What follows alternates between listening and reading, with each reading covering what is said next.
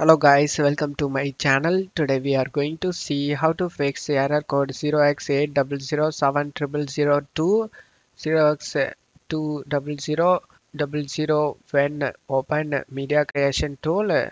Let's fix it guys. The solution is to connect to VPN. To do this, just need to open up Chrome and search for a Proton VPN download for PC. Search it and select the first link, download VPN for Windows. Select the download Proton VPN option and download it. After getting download done, you just need to open the VPN and select the quick connect option. After connecting to the VPN, now you can open the media creation tool without having any problem. And that's it for today's video guys. Give me a like and subscribe. Thank you.